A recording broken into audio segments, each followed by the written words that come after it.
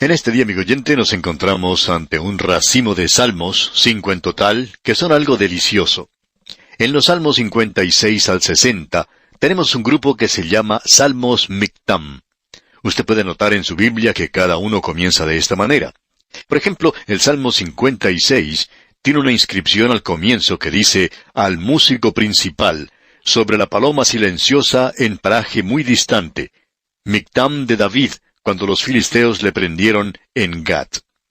En primer lugar, debemos aclarar esto de Salmo Mictam. La palabra Mictam en sí quiere decir grabado, y nos habla de aquello que es sustancial, de aquello que es duradero, que está bien afirmado. David había dicho, usted recuerda, que su corazón estaba asegurado. Digamos algunas palabras más acerca de Mictam.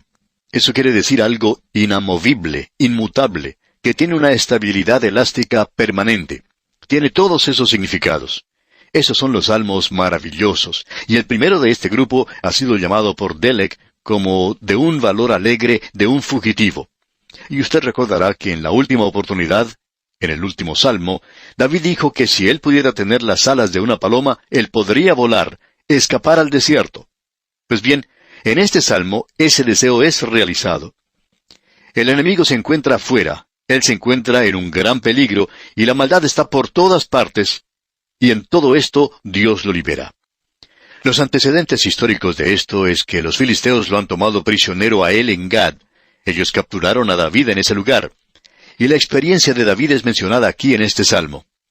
Nuevamente debemos decir que esto representa la experiencia del período de la gran tribulación. Todos estos salmos echan una mirada hacia el futuro proféticamente. Y entre lo histórico y lo profético, y entre las experiencias de David y las experiencias de aquellos en el futuro, se encuentra un verdadero mensaje para nosotros en el presente. Esto habla a nuestros corazones. Todos estos salmos hacen esto, y vamos a comenzar ahora leyendo los primeros 2 versículos del Salmo 56.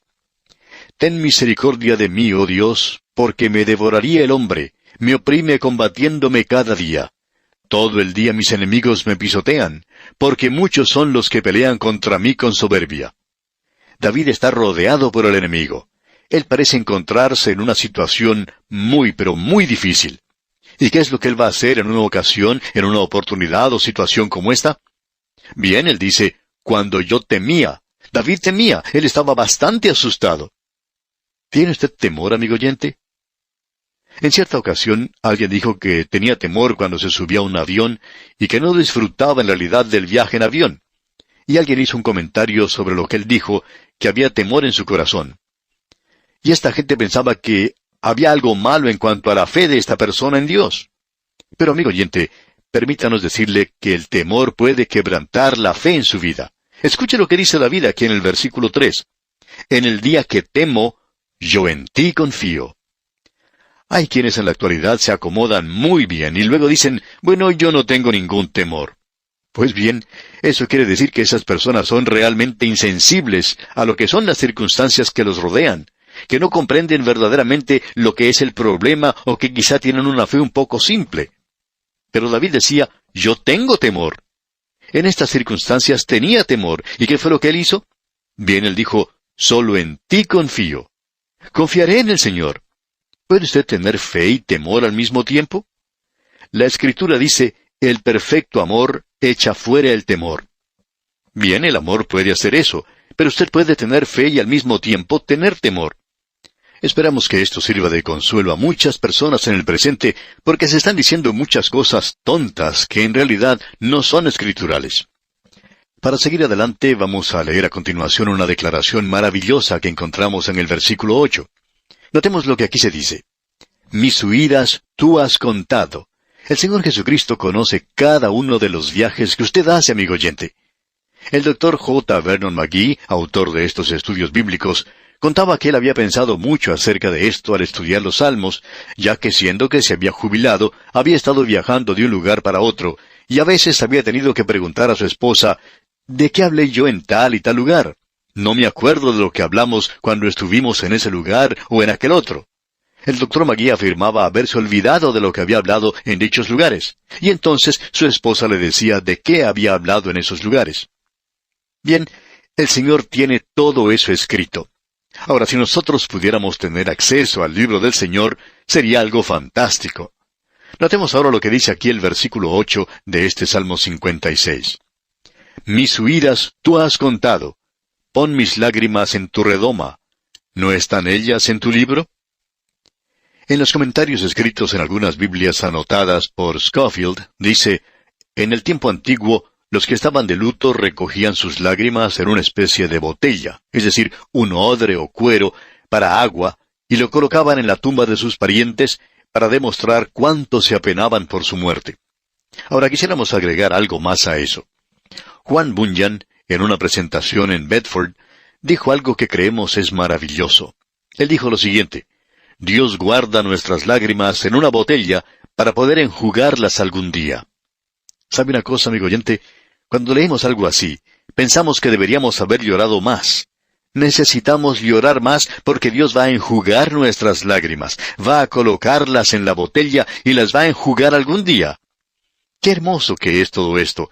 Y luego él continúa diciendo aquí en el versículo 10, escuche usted, en Dios alabaré su palabra, en Jehová su palabra alabaré. Alguien nos escribió diciendo, ustedes hablan demasiado de Dios. Ustedes están eternamente hablando de la palabra de Dios. Bueno, eso es lo que hizo David. Escuche usted otra vez el versículo 10. En Dios alabaré su palabra, en Jehová su palabra alabaré. Hay tan pocos que están alabando la palabra de Dios. Así es que yo voy a tratar de cubrir ese vacío. Estoy alabando a Dios por su palabra. Y luego dice aquí en el versículo 11, en Dios he confiado, no temeré. ¿Qué puede hacerme el hombre? Es tan maravilloso, amigo oyente, tener un refugio y un recurso en Dios. Y el último versículo de este Salmo 56, el versículo 13 dice, porque has librado mi alma de la muerte y mis pies de caída, para que ande delante de Dios en la luz de los que viven. David había dicho, y especialmente después de su pecado, yo quiero andar ante Dios para no volver a caer. Y en cuanto a la información que tenemos, David no volvió a caer. Podemos decir que el rey de Babilonia cometía esa clase de pecado cada día del año, ¿verdad? Eso era algo común y corriente para él. Pero no lo era para David. David decía, yo quiero andar ante Dios. Y en el día de hoy se nos está diciendo a usted y a mí, amigo oyente, que andemos en el Espíritu. Dios no nos ha dado un bastón para poder andar, sino que nos ha dado mucho más. Nos ha permitido andar en el Espíritu. Esto quiere decir que debemos depender completa y absolutamente del Espíritu de Dios. Y esto, amigo oyente, quiere decir prepararse y practicar esto, como lo hemos visto allá en el libro de Gálatas. Quiere decir que uno debe bajarse de su cómoda posición y comenzar a andar. Usted va a tropezar y a caer. Quizás se pueda lastimar, pero usted aprenderá a caminar si usted intenta andar en el Espíritu de Dios y encomendarse a Él cada día. Este es un salmo maravilloso, un salmo Mictam.